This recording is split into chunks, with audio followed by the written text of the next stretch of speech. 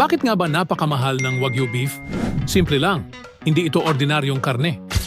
Ang Wagyu ay mula sa piling lahi ng baka sa Japan na may pambihirang kalidad. Pinalalaki sila ng may partikular na layunin.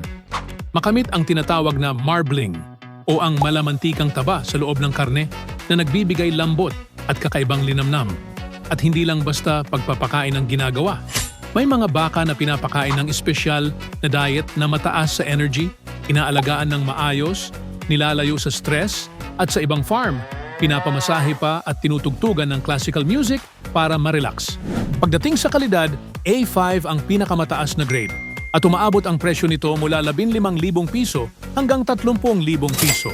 Para makamit yan, kailangang pasado sa kulay, lambot at tamang taba.